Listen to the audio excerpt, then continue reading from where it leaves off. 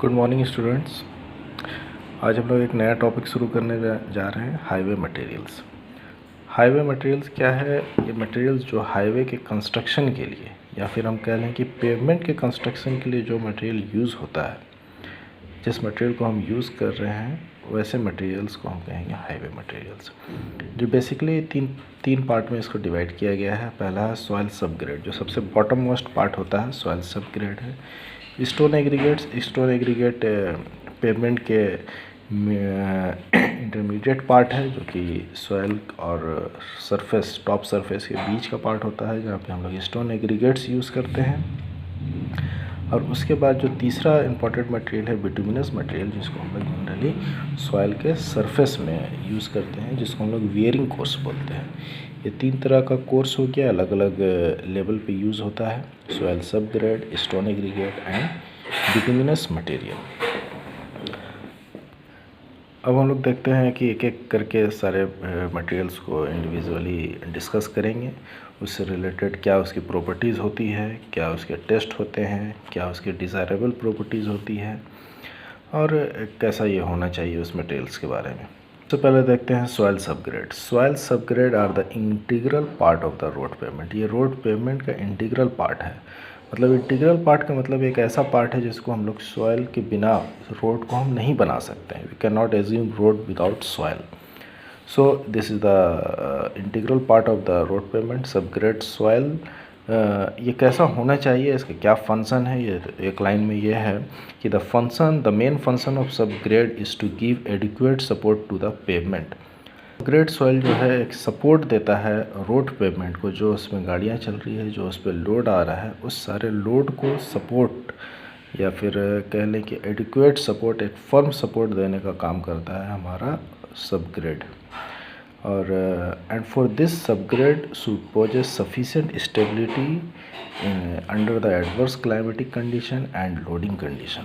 Soil subgrade कैसा होना चाहिए? ये स्टेबल होना चाहिए। स्टेबल हर तरह के क्लाइमेटिक कंडीशन के लिए और हर तरह के लोडिंग कंडीशन के लिए।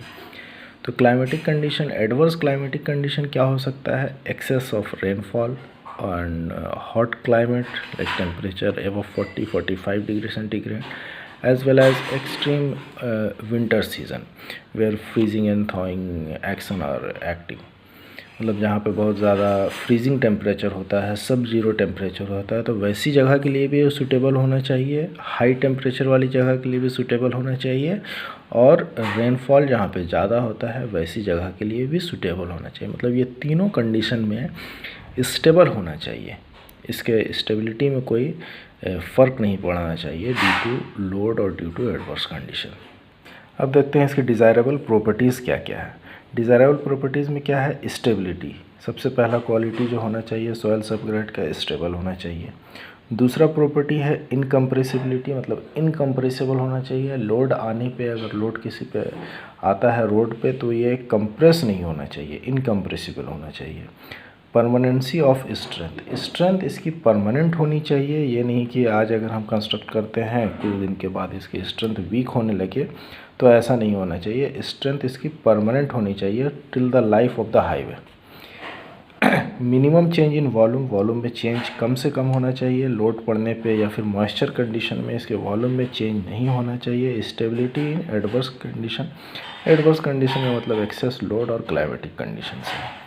गुड ड्रेनेज, सॉइल में ये बहुत इंपॉर्टेंट प्रॉपर्टी है। ये अपने सॉइल के अंदर पानी को रोक कर रखने की क्वालिटी नहीं होनी चाहिए। अपने सरफेस, अपने बॉडी पे जो वाटर आता है, पानी आ रहा है, मॉइस्चर है, उसको ड्रेन आउट करने की प्रॉपर्टीज़ होनी ज़रूरी है।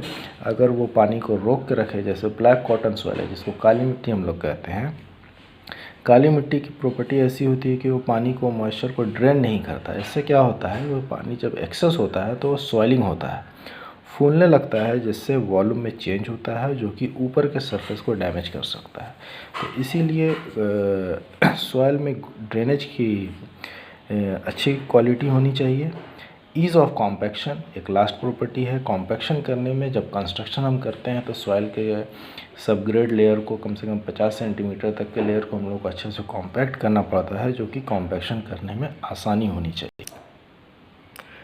इवेल्युएशन ऑफ स्ट्रेंथ, अब सबग्रेड सॉइल के स्ट्रेंथ को कैसे इवेलुएट करते हैं? इवेलुएट करने का बेसिकली 3 मेथड्स हैं, जो कि सबसे पहला उसके शेयर स्ट्रेंथ को इवेलुएट कर सकते हैं। दूसरा बियरिंग टेस्ट करना पड़ता है, मतलब कितना वो लोड को बियर कर सकता है, इस तरह से उसके स्ट्रेंथ को इवेलुएट कर सकते हैं। और तीसरा पेनेट्रेशन टेस्ट, जो कि हाईवे के लिए सबसे ज़्यादा इम्पॉर्टेंट है, पेनेट्रेशन टेस्ट। यहाँ हम अपने सिलेबस के अकॉर्डिंग अगर देखते हैं तो शियर और स्ट्रेंथ और बियरिंग टेस्ट के बारे में भी डिप्लोमा के सिलेबस में उतना डिटेल में नहीं जाना है। हम लोगों को यहाँ पे पढ़ना है पेनेट्रेशन टेस्ट, जो कि इसमें एक ही टेस्ट है, California bearing ratio test. Shearing strength test के बारे में हम लोग सॉइल जियोटेक में हम लोग स्टडी करेंगे। Vane shear test, direct shear test, triaxial test, ये सब हम लोग सॉइल मैकेनिक्स में पढ़ेंगे। जबकि बियरिंग टेस्ट और पेनेट्रेशन टेस्ट ये हाईवे का पार्ट है, जो कि हम लोग को बियरिंग टेस्ट सिलेबस में ज़्यादा मेंशन नहीं किया गया है कि प्लेट लॉस टेस्ट के बारे में। तो यहाँ पे हमारा फोकस रहेगा कैलिफोर्निया बियरिंग रेशियो टेस्ट पे।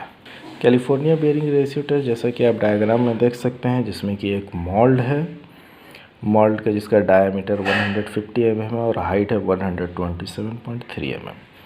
और इसमें कुछ अरेंजमेंट है, एक प्लंजर लगा हुआ है जिसका डायमीटर है 50 mm।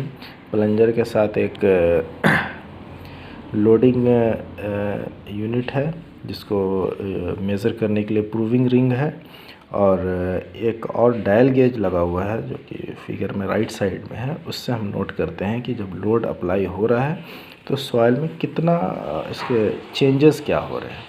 तो डायल गेज हैं डिफ्लेक्शन नोट करने के लिए, और प्रूविंग रिंग यूज़ करते हैं हम लोग लोड को नोट करने के लिए। अब देखते हैं इसका प्रोसीजर क्या है। This is the penetration test developed by the California Division of Highway to evaluate the stability of soil subgrade and other flexible pavement material। ये एक पेनेट्रेशन टेस्ट है जिसमें एक जो प्लंजर इसमें दिखाया गया है, प्लंजर सॉइल के अंदर पेनेट्रेट होता है, और इसका पेनेट्रेशन कितना होगा ये हम आगे स्टेप में देखेंगे। और इस टेस्ट का एक अच्छी बात यह है कि ये फ्लेक्सिबल पेवमेंट के जितने भी लेयर्स होते हैं, सॉइल सबग्रेड के अलावा बेस और सब बेस लेयर को भी हम कैलिफोर्निया बियरिंग रेशियो टेस्ट से हम मेज़र कर सकते हैं, उसके स्ट्रेंथ को एवेल्यूएट कर सकते हैं।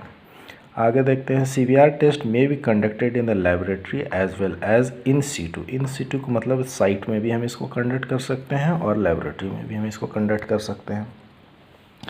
Apparatus consist of mold and other accessories as shown in the figure। molds और जो भी एसेसरीज है इसके बारे में फिगर में आपको डिटेल दिया हुआ है। एक मोल्ड होता है 150 mm डाया का और 127.3 mm हाइट का। उसके अलावा इसमें एक सरचार्ज होता है 50 mm का, एक प्लंजर है जिसका डायमीटर है 50 mm, डायल गेज है, प्रूविंग रिंग है। ये इसका सेटअप है। अब सेटअप आप देख सकते हैं किस तरह से इसको अरेंज किया गया है। प्लंजर के थ्रू लोड अप्लाई करते हैं सॉइल मास में। पहले हम मोल्ड को भर लेते हैं और उसके बाद हम सरचार्ज रखते हैं। सरचार्ज का मतलब एक ऐसा वेट है, एक डमी वेट है, और उसके बीच में एक होल होता है 50 mm का, जो कि प्लंजर जिसके अंदर इंसर्ट किया जाता है और लोड अप्लाई करता है। एपरेटस कंसिस्ट नेक्स्ट पॉइंट हम देखते हैं। Cylindrical plunger of 50 mm diameter is used to penetrate in the subgrade material at 1.25 mm per minute। अब इस प्लंजर को पेनेट्रेट करना शुरू करते हैं सॉइल सबग्रेड में। इसका रेट होता है 1.25 mm पर मिनट, मतलब 1 मिनट में 1.25 mm वो पेनेट्रेट करेगा सॉइल में। इसको सेटिंग हम कर सकते हैं, लोड का किस रेट से होता है वो हम सेट कर सकते हैं अपने एपरेटस में। The load value to cause 2.5 mm and 5 mm penetration are recorded in the proving ring। अब हमारे पास दो डायल गेज है, एक मतलब दो मेजरिंग इंस्ट्रूमेंट है, एक है डायल गेज है और दूसरा प्रूविंग रिंग है। डायल गेज से हम डिफ्लेक्शन मेज़र करते हैं, प्रूविंग रिंग से हम लोड मेज़र करते हैं। अब यहाँ पे इस प्रोसीजर में ये कह रहा है कि 2.5 mm पेनेट्रेशन के लिए लोड कितना लग रहा है, इसको हम नोट करेंगे और फिर फर्दर उसको लोड को हम अप्लाई करेंगे 5 mm पेनेट्रेशन तक। उस केस में भी हम लोड 2 जो कि प्रूविंग रिंग में होता है उसको हम मेज़र कर लेंगे। तो हमारे पास दो लोड दो लोड, एक लोड होगा 2.5 mm कॉजिंग पेनेट्रेशन के लिए और दूसरा होगा 5 mm पेनेट्रेशन के लिए। इस दो लोड वैल्यू को हम रिकॉर्ड कर लेंगे। The load value for the same penetration in the standard sample is known as. अब आगे क्या कह रहा है इस मेथड में, ये लोड वैल्यू जो है, जो हम 2.5 mm और 5 mm पेनेट्रेशन के लिए रिकॉर्ड किए हैं, इसके लिए हम एक स्टैंडर्ड सैंपल, जो कि पहले ही इसमें मेंशन किया गया है, एक स्टैंडर्ड सैंपल के लिए 2.5 mm पेनेट्रेशन और 5 mm पेनेट्रेशन के लिए लोड वैल्यू दिया गया है इस टेस्ट के हिसाब से, जो कि 1370 kg और दूसरा है 2050 यहाँ पे एक करेक्शन है, 2050 kg है for the 2.5 mm and 5 mm penetration respectively. ये दोनों के लिए एक स्टैंडर्ड सैंपल में टेस्ट का वैल्यू दे दिया गया है, लोड का वैल्यू दे दिया गया है, और जो हम अपने सैंपल के लिए लोड का वैल्यू निकाल रहे हैं 2.5 mm और 5 mm के लिए, ये अपने वैल्यू थोड़ा सा अलग होगा ओब्वियसली, दोनों स्टैंडर्ड का और अपने सैंपल का वैल्यू अलग होगा। अब CVR रेशियो निकालने का तरीका ये है कि load carrying by the 2.5 mm load carried by the specimen अब 2.5 के लिए अगर हम निकाल रहे हैं 2.5 mm पेनेट्रेशन के लिए, उसके लिए जो लोड होगा, और सेम लोड स्टैंडर्ड के लिए 2.5 के लिए लोड कितना है स्टैंडर्ड का, 1370 किलोग्राम। अब इसका रेशियो हम निकाल लेंगे और ये हम मल्टीप्लाई करेंगे 100 से, तो हमको एक वैल्यू मिलेगा जो कि परसेंटेज में आएगा।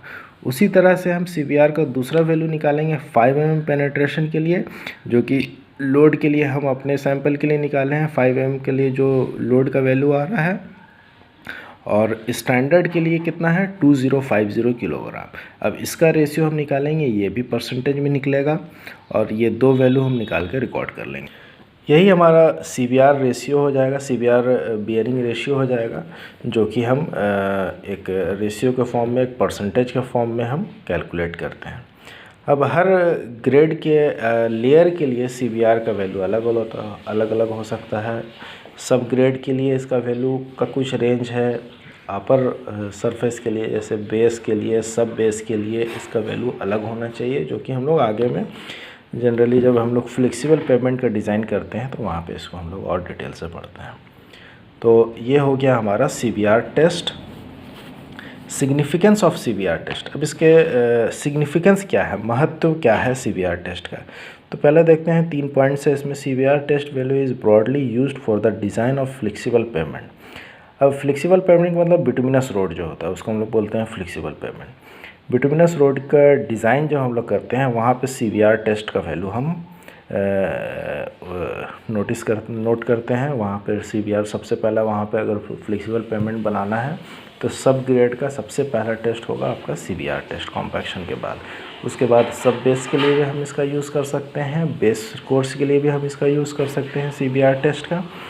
नेक्स्ट पॉइंट इसका देखते हैं, CVR value used for determine the depth of the payment above the sub grade. अब CVR वैल्यू जब यूज़ करते हैं तो CVR टेस्ट से जो वैल्यू हमारा आ रहा है उससे एक एम्पेरिकल फार्मूला होता है थिकनेस ऑफ द पेमेंट निकालने का। थिकनेस ऑफ द पेमेंट कितना होगा ये डिपेंड करेगा हमारा CVR वैल्यू पे। जिस तरह से CVR वैल्यू आएगा उस हिसाब से हम पेमेंट का थिकनेस हम निकाल सकते हैं, जो कि एम्पेरिकल फार्मूला एक होता है। आगे जब हम लोग फ्लेक्सिबल डिज़ाइन पढ़ेंगे तो वहाँ पे इसको हम लोग और डिटेल से डिज़ाइन करेंगे। This test is also carried out on the sub base granular base material, hence depth of the sub base and granular base can also be determined with the help of empirical formula. अब जैसे कि हम बता रहे थे कि सब grade के साथ साथ सब बेस और बेस कोर्स का भी डेप्थ हम निकाल सकते हैं, स्ट्रेंथ हम निकाल सकते हैं CVR वैल्यू। अगर CVR वैल्यू हम निकाल सकते हैं तो उस सब बेस कोर्स का डेप्थ कितना होगा और बेस कोर्स का डेप्थ कितना होगा, ये सारे डेप्थ हम निकाल सकते हैं with the help of empirical formula.